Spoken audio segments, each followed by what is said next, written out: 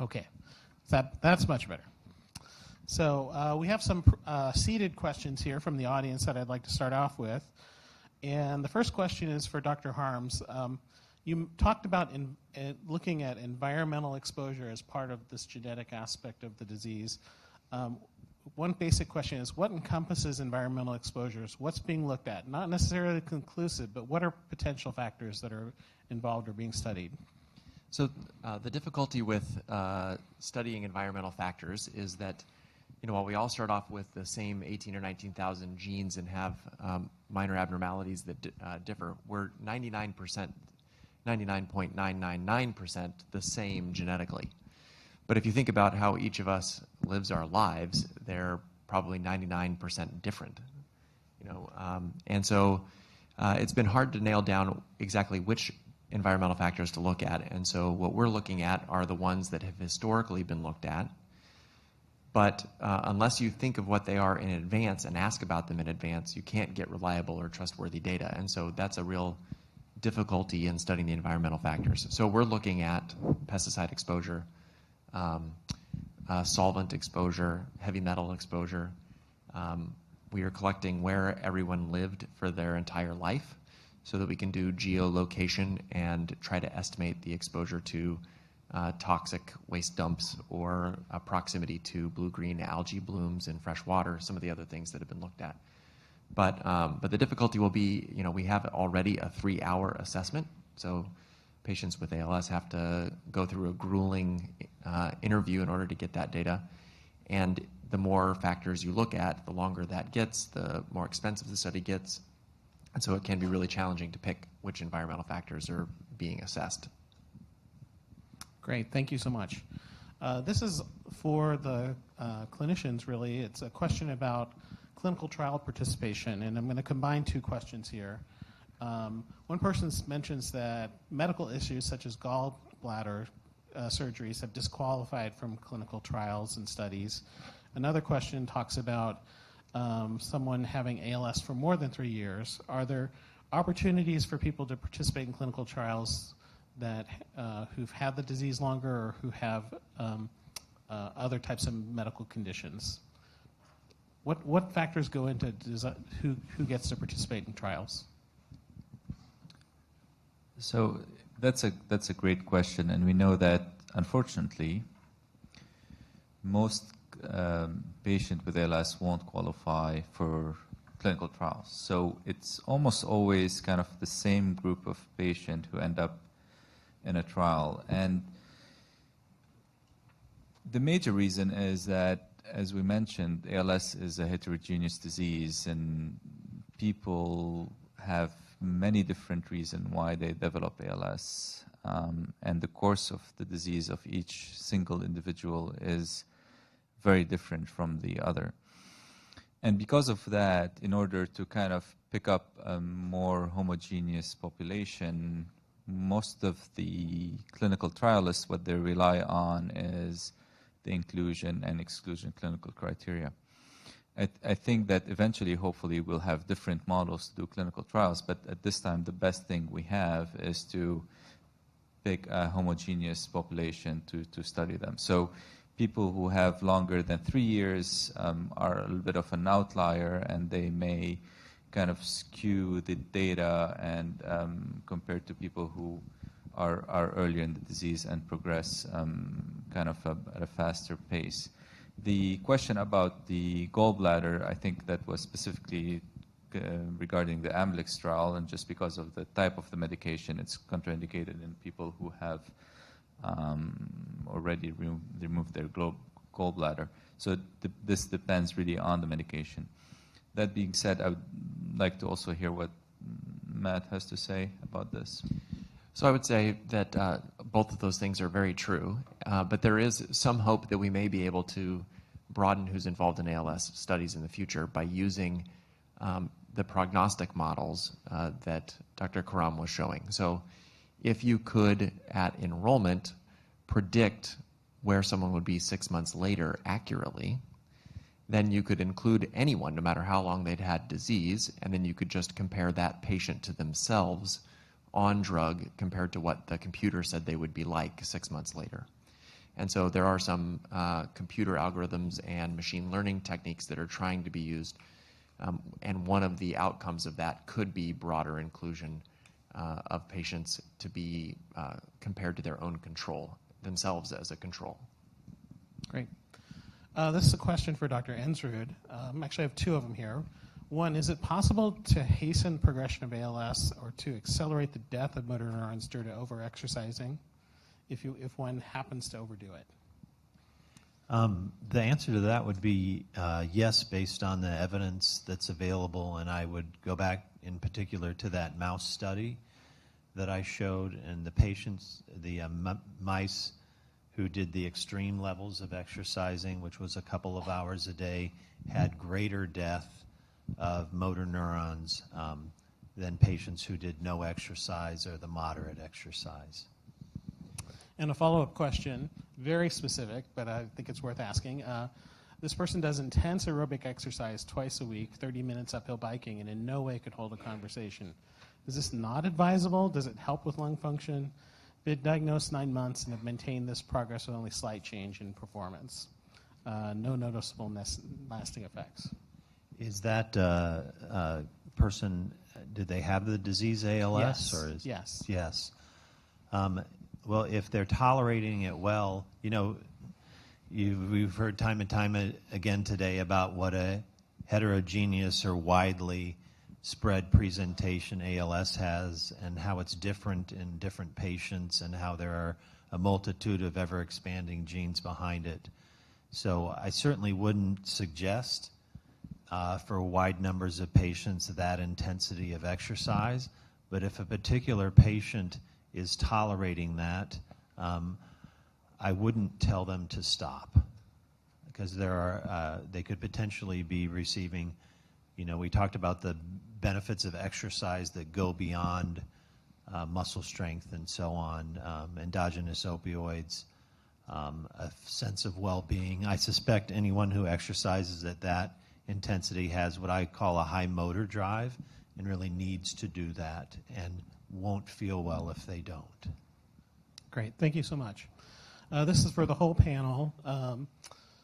The mouse model and stem cells seem to be being used for testing therapies. Have there been new mouse models developed, or is all new testing going to be on stem cells?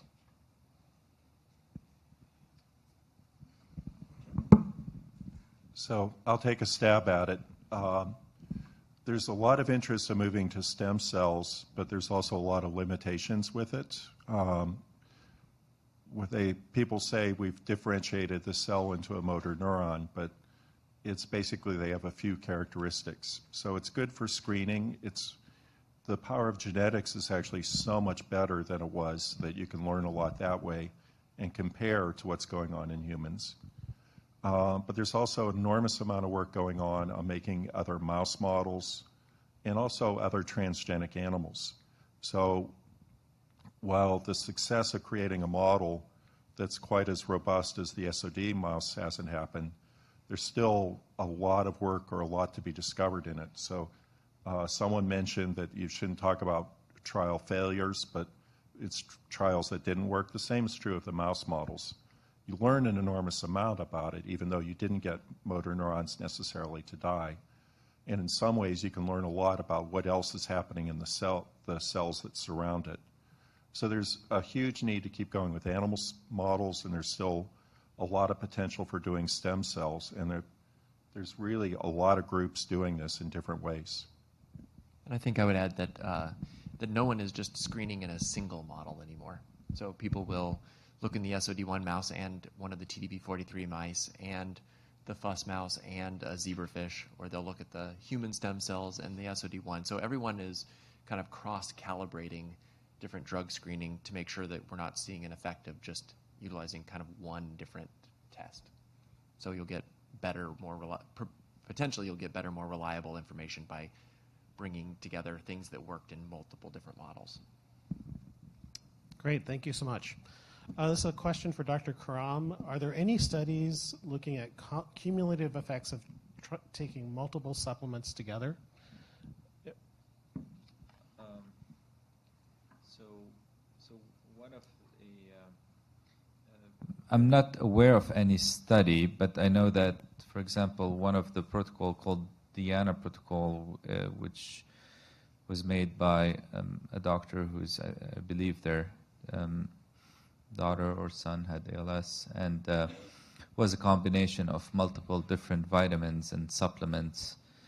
And if you look at each compound, you know, some of them, again, looking at the ALS Untangled, may have some effect, and some other may have actually some negative effect potentially.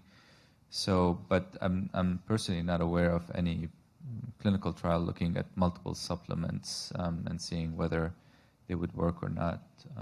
Matt, you? Okay. Next question.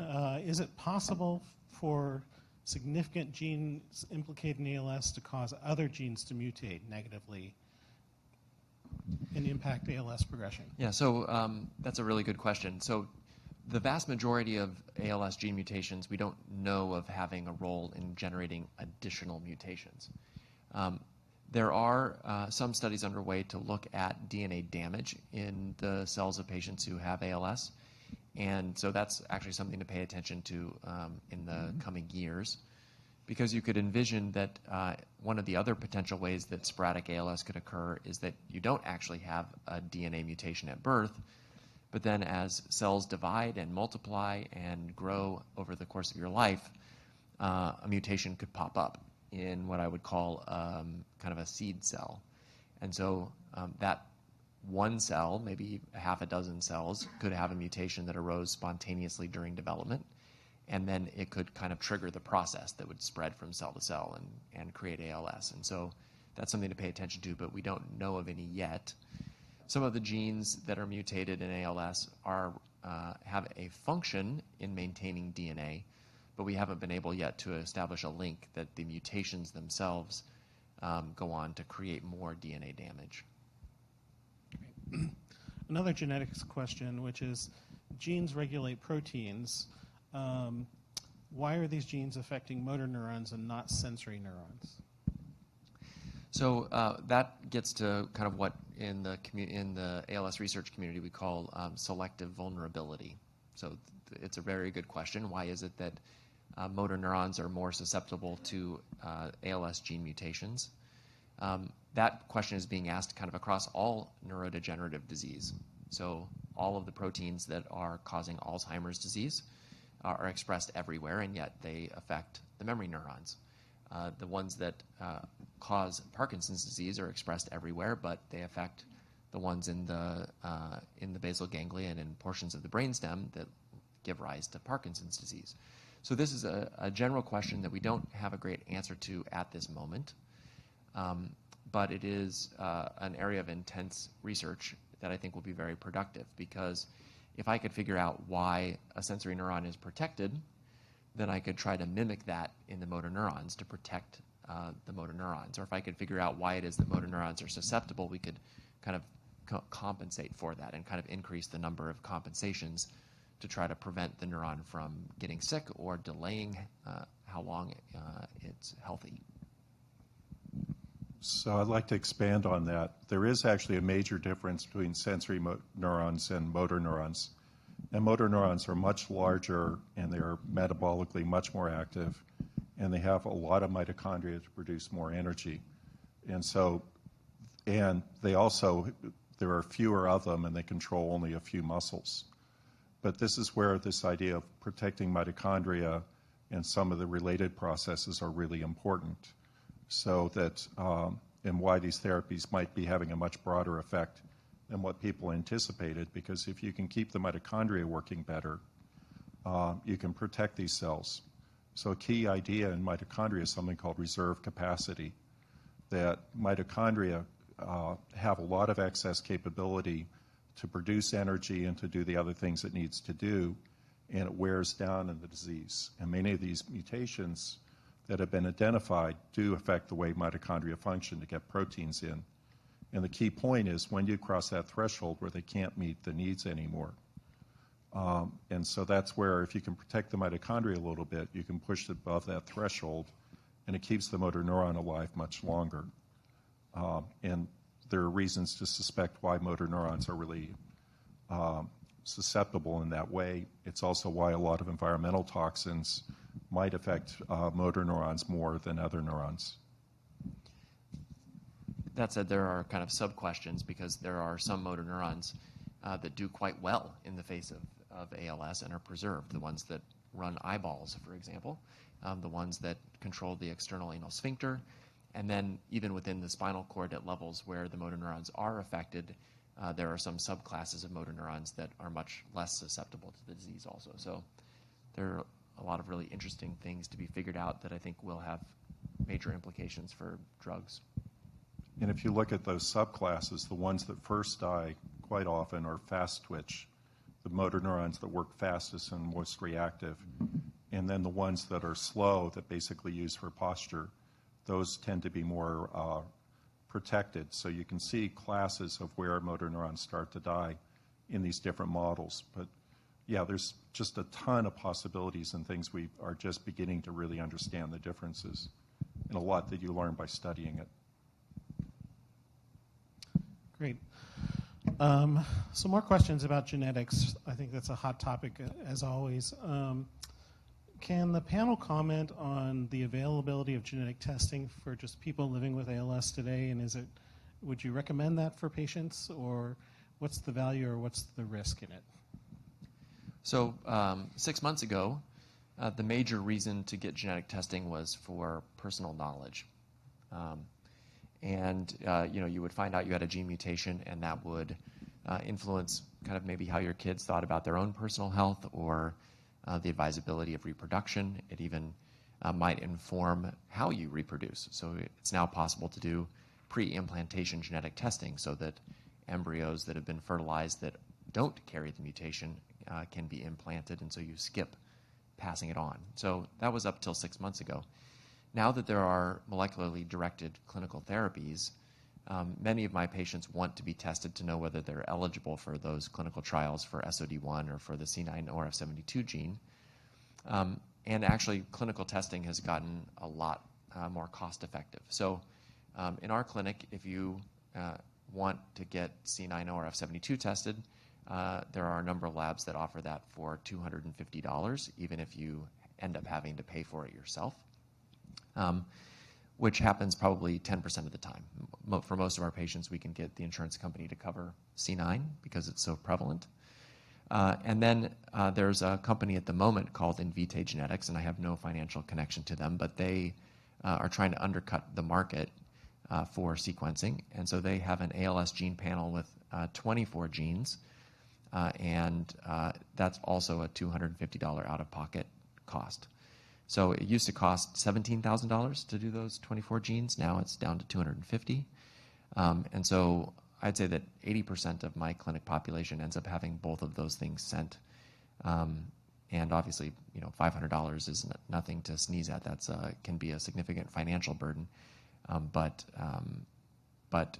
people at Columbia joke that it's actually less than parking in our parking garage. But anyway, the genetic testing is much more ubiquitous, and and if that's not possible, then enrolling in a number of different clinical trials, like the GTAC study, where it's provided for free, is another possibility. Follow-up question to that: for genetic testing and studies, do you ever advise genetic testing or involve in the study siblings, surviving spouses, family members, and what can those people expect to? Is it advisable for family members to do genetic testing? Right. So one of the things that we know for sure is that if these antisense oligonucleotides work for C9orf72 and SOD1 or other genes, they are likely to work best if you get them into a person before symptoms begin. So by the time someone develops weakness from ALS, in a hand, for example, we know that half of the motor neurons in the spinal cord at that area have already died off. So we want to be able to anticipate who is going to get symptoms and of the gene carriers when they're going to get symptoms. So there are now 3 studies in the United States and more in Europe where we are involving the first-degree relatives of people who are known carriers of the gene mutation, testing them to find out whether they're carrying the gene or not. And if they're carrying the gene, following them every 6 months, doing clinical exams, believe it or not, doing an EMG every 6 months, a spinal tap every 6 months to look in their spinal fluid, to be able to look at protein markers to try to predict when somebody who's carrying the gene will convert from being asymptomatic, no symptoms of ALS, to developing symptoms of ALS, so that we could basically say, like you can in Alzheimer's disease, oh, hey, a year before people develop symptoms, this protein marker starts to go up in the spinal fluid, and that's when you'd start the drug. So, so people feel very differently about whether you should just get tested to know whether you carry the gene, but I would argue that you should at least consider it to know whether you can help participate in research that will help us in the future be able to predict who's going to develop symptoms, when they're going to develop them, so that we can get those drugs into people earlier. So it's a very nuanced question that you should discuss with your doctor or a genetic counselor. There are some potential theoretical risks to insurability and things like that if you do get tested and find out that you have the gene. There are potential psychological ramifications if you find out that you have it, or sometimes even if you find out that you don't, but your sibling does, there can be a survivor guilt.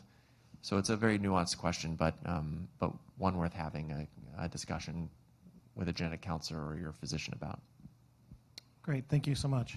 Follow-up questions probably for Dr. Karam and Dr. Harms about the GTAC study. First, are there any limitations for enrolling? Can a person have a short prognosis and enroll in the study? And then the second follow-up question is how do you enroll in the study? And if you shared that you share the results, how are those results shared with people who participate? Sure. So we intentionally set the inclusion criteria, made minimal inclusion criteria. People who are unlikely to be able to return for more than one visit are excluded, because we need a second time point to predict the rate of decline in the vital capacity and the ALS-FRS. For that reason, people who are already on full-time ventilation can't participate. But other than that, you can have primary lateral sclerosis, progressive muscular atrophy, ALS, and as long as you're over the age of 18, you can participate. The one thing I would say is that it does take us between 6 and 9 months to do the whole genome sequencing and to get the results. So if you have a short prognosis, don't rely on participating in a study like GTAC to get usable genetic information in time. So clinical genetic testing would be much more effective at that, because the turnaround time is more on the order of a month as opposed to the 6 to 9 months it takes within the study. And then in terms of how to contact OHSU for possible participation. So to participate, you don't have to be a patient in our clinic. So you can be at Providence or Kaiser or anywhere else. All you have to do is just contact our ALS nurse, Ivel, and she's there, so she can give you her contact information. But also, if you just Google OHSU ALS, you can have the contact information for Ivel or Diana Dimitrova, who is also a research coordinator, and she has her email actually on the website I just found out today. So if you're interested, please do it. But as Dr. Harms just said, if you want to know quickly, then the commercial available genetic testing are the way to go. Great, thank you. This is a question for Dr. Beckman. Copper ATSM looks like a potentially promising treatment being studied. Will there be an opportunity for a United States trial of copper ATSM? So almost certainly there will be, but it's still a large challenge of where do you raise the money. And the Australians were actually really interested in moving forward. So the idea is you could do the study in Australia, then move it to the States. It's one of the things that just where you talk about the complications, there's confidentiality rules I can't talk about, but there are a lot of different pieces and things being tried and different questions that come up that have to be answered before the trial would be moved forward. So the story seems to shift every couple of days but definitely it's attracting a lot of interest in the forced vital capacity results I think are really creating a lot more interest in moving it quicker here. A follow-up question. Copper ATSM, along with several other treatments, have been a focus of right-to-try efforts for the idea that people with a terminal diagnosis like ALS should be able to have early access to potential therapies. For the panel, what is your perspective as clinicians in terms of right to try, and are there opportunities for people to get access to experimental medications before FDA approval? So maybe I'll start.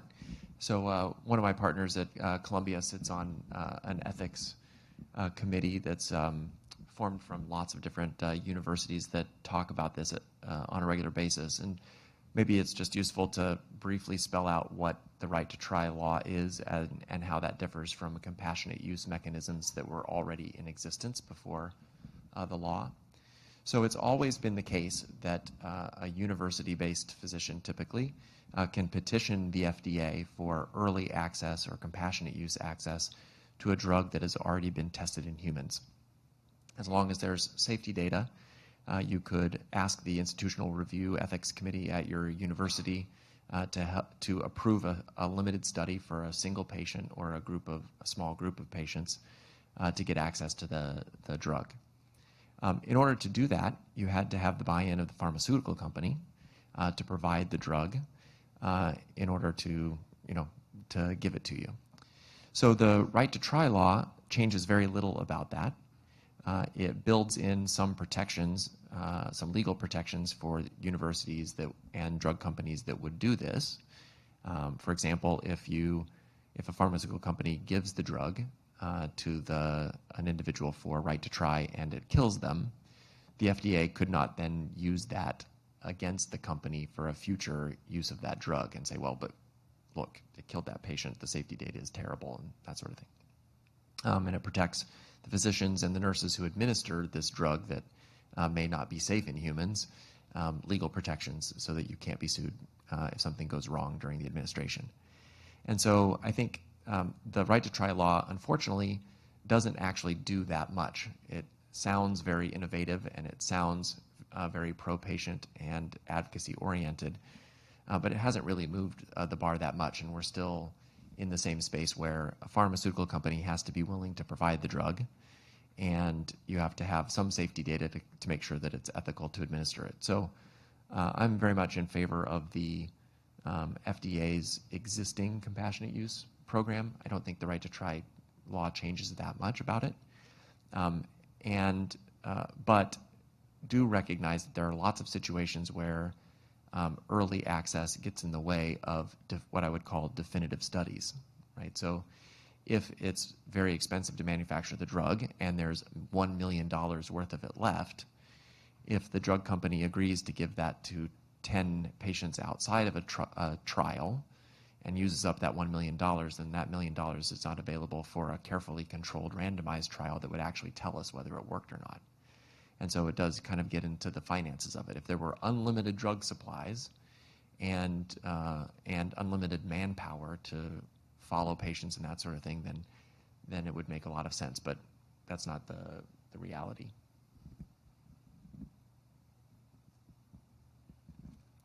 I'll also add that there are some types of ALS that are so rare that it would be impossible to do a clinical trial. So some of you may have seen the press around the J.C. Hermstad case, where she has a unique mutation, and there happens to be a drug company that had developed a very early stage molecule that might tackle that one type of gene problem, and the FDA did allow for an early access compassionate use administration in that situation because there would never potentially even be a clinical trial. It's just too rare. So I think the FDA is becoming more open to these types of things, and we'll see where it goes. Speaking of innovation in testing treatments, there's lots of discussion really about the value and the need for placebo groups in ALS clinical trials. Could the panel discuss, are there alternative trial models that could give greater access to potential treatments?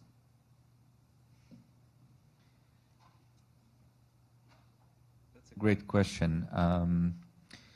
I think that it depends on what you're studying. If you have a drug that cures, that your hope is that it will stop the progression of ALS, and I think you can do a trial where everybody gets the drug, and if the progression of the disease stops, then there you go, you have your answer.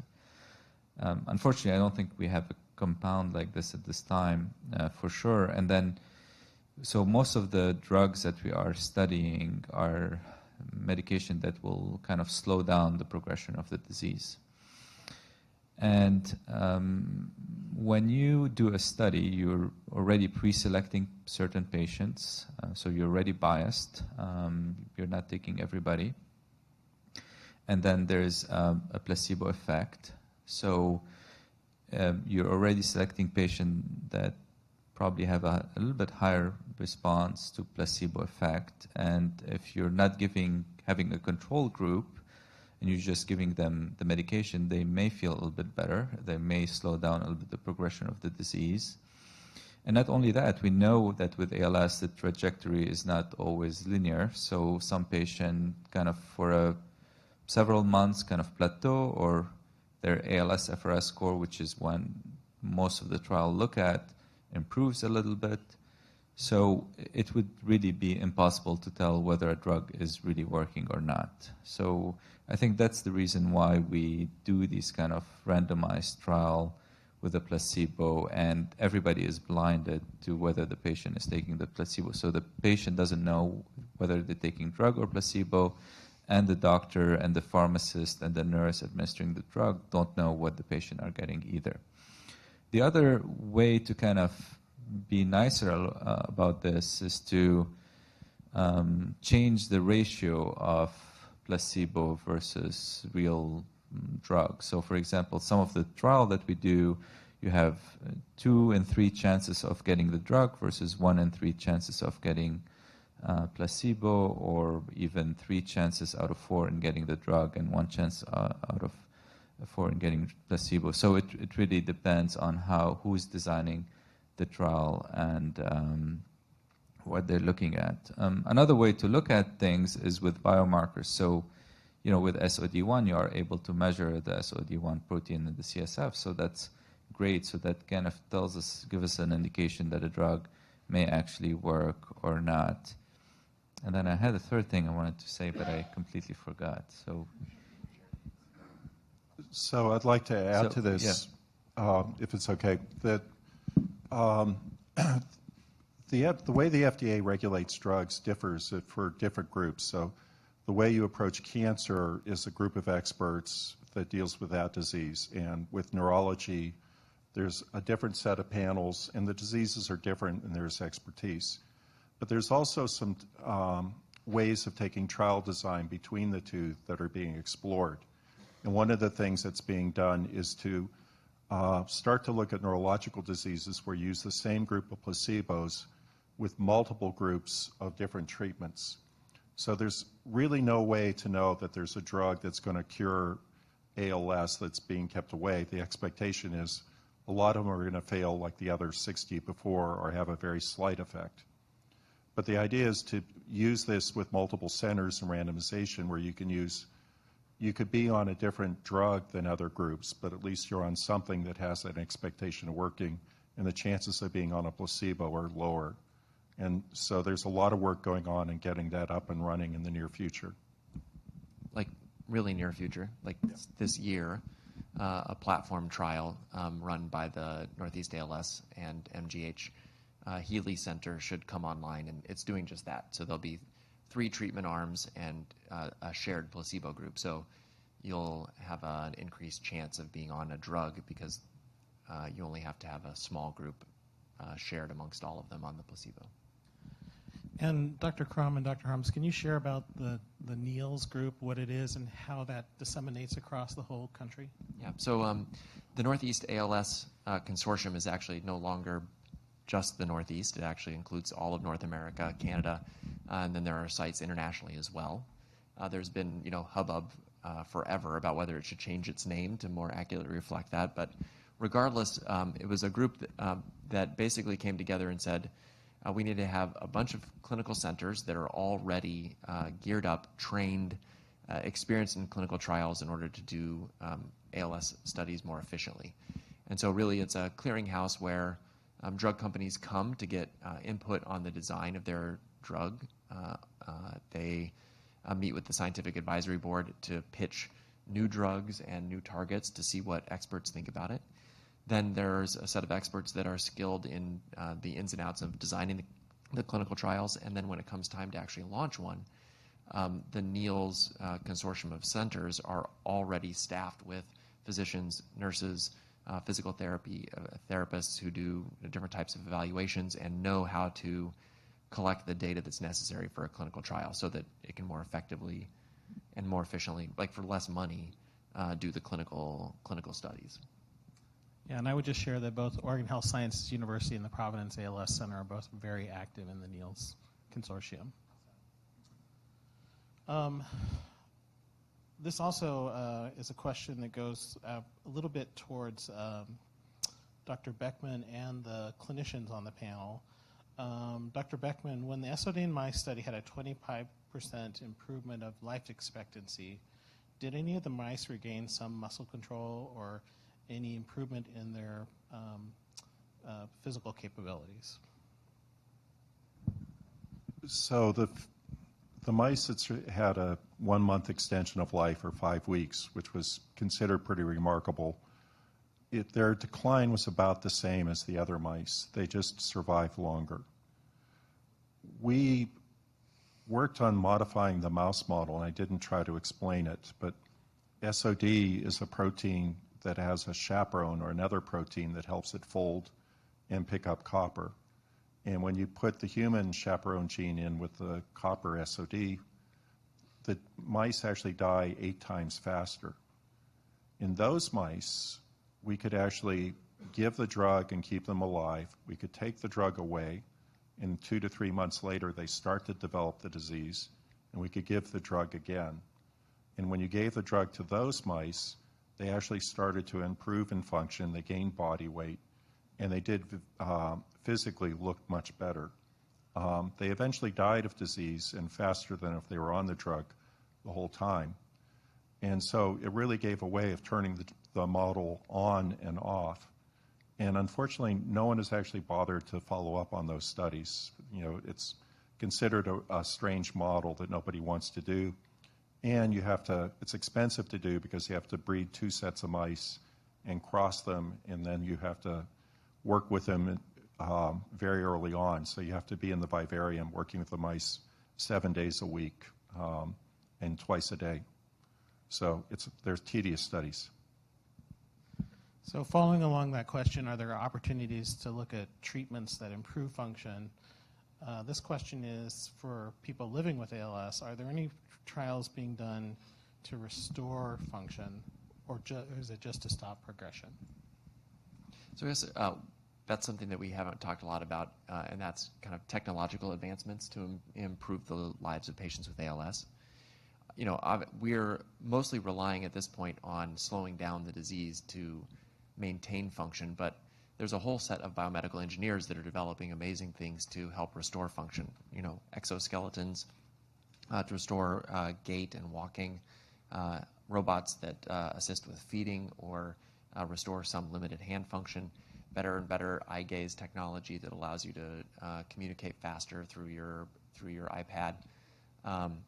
At Columbia, we have a group that's using piezoelectric and 3D printing to create a dynamic head brace that basically would support the head, and just by a tiny little twitch in the direction you want to go, tell the computer to help you turn your head all that direction. And so technology that's allowing the miniaturization of motors and electronic computer chips to do the processing are also, I think, poised to make a real difference in terms of augmenting the function that people are losing. And so that's another very exciting area of ALS research that is, I think, on the cusp of making some real strides. And yeah, so, I think Follow-up question, Dr. Ensrud, are there a lot of clinical management research studies being done that look at similar issues?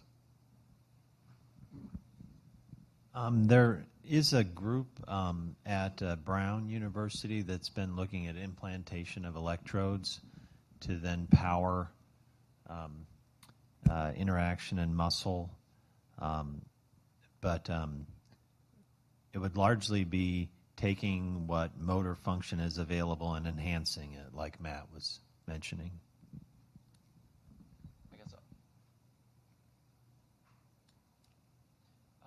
In terms of clinical practice management, I think one of the exciting things is that as the electronic medical record develops, there's an opportunity for comparisons between the different types of care that are being provided at different clinics to find what types of care and when they're provided and how they're provided influence outcomes.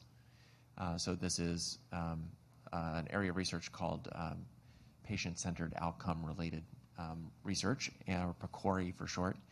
And the way it works basically is, everyone who's on Epic, the electronic medical record, the information about patients at each of their clinical trials gets anonymized, but then put into a central database. And then you can actually compare across 100 different ALS clinics to find out which ones are having the best outcomes, and then look back at what they're doing at each of the clinic visits, how they're doing it, to basically figure out what best practices are that really have noticeable influences on outcomes.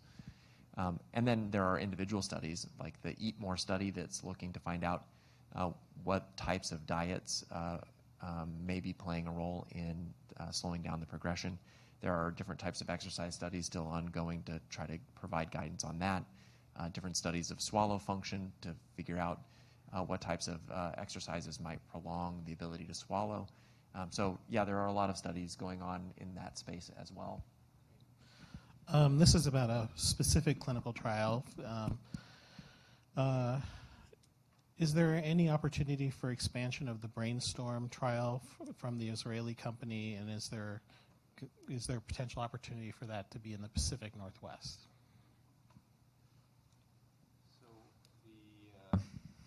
So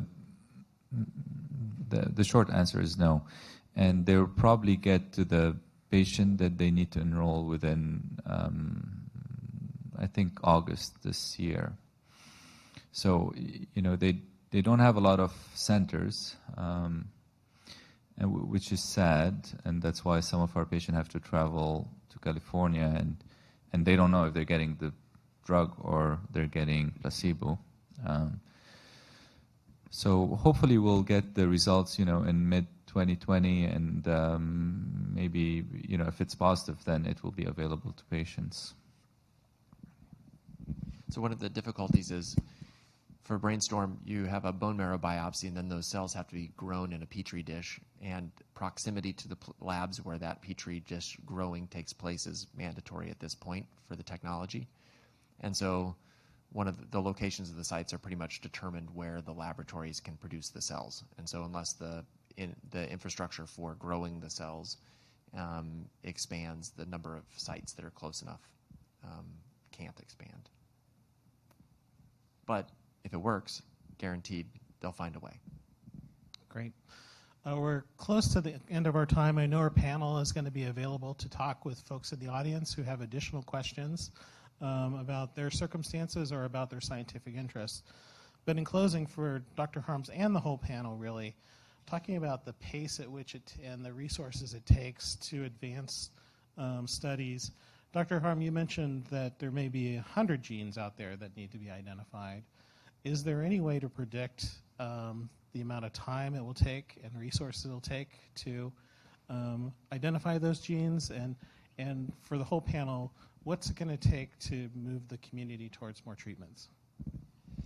So I'm a glass half full kind of guy. And so I think that I may be underestimating, is I guess what I'm saying. So the entire GTAC project to study 1,500 individuals is costing $7 million. So we've estimated by doing calculations that we actually need on the order of 30,000 individuals. So we're talking another ice bucket challenge to identify those 100 genes, and then the pace at which we can do whole genomes. My laboratory back at the Institute for Genomic Medicine can sequence 100 genomes in a weekend. So it's really not a limitation of the machines anymore. It's a limitation of collecting the patient's DNA and then having the money to pay for it. So I would say $100 million and 5 years, we could find the additional genes. That says nothing of the much more arduous task of figuring out how the genes are acting, how the mutations are affecting them, designing the treatments that might help those genes, and then moving those forward into trials, which is an order of magnitude harder and more expensive. Just to be a little bit more optimistic, you mentioned that 2 years ago it would cost $17,000 to do a panel, and now it costs you $25, $20. Right. So the cost of the machines have become negligible. Now the cost is the salary support for the postdoctoral candidates and the people who are actually running the computers. The computing part is a negligible component of that, but a graduate student gets paid $35,000, a postdoc between $50 and $75, and in New York it's a lot higher than that. And so really the costs are now human costs, and there's almost no way around that component.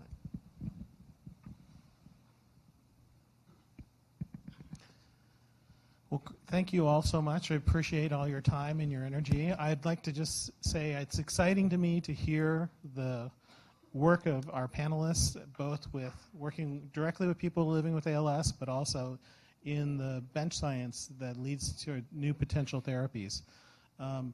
These are 4 people from a snapshot of hundreds and hundreds or even thousands who are turning their eyes towards figuring out the puzzle of what ALS is. And I'm encouraged because of the pace at which change. I think Dr. Crum talked about technology and energy and effort is how we're going to move forward. And I'm excited to have brilliant minds like these working on the problems. So we want to thank all of you for being part of our panel today, and let's give them a round of applause.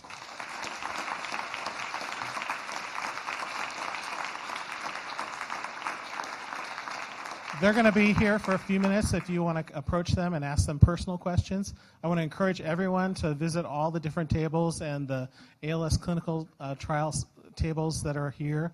I'd also like to just encourage everyone to engage with us with the ALS Association. Our hope is to create community that both supports research and helps promote the well-being and living well of people with ALS. And encourage everyone particularly to join us this fall at a Walk to Defeat ALS near you. So thank you, everybody.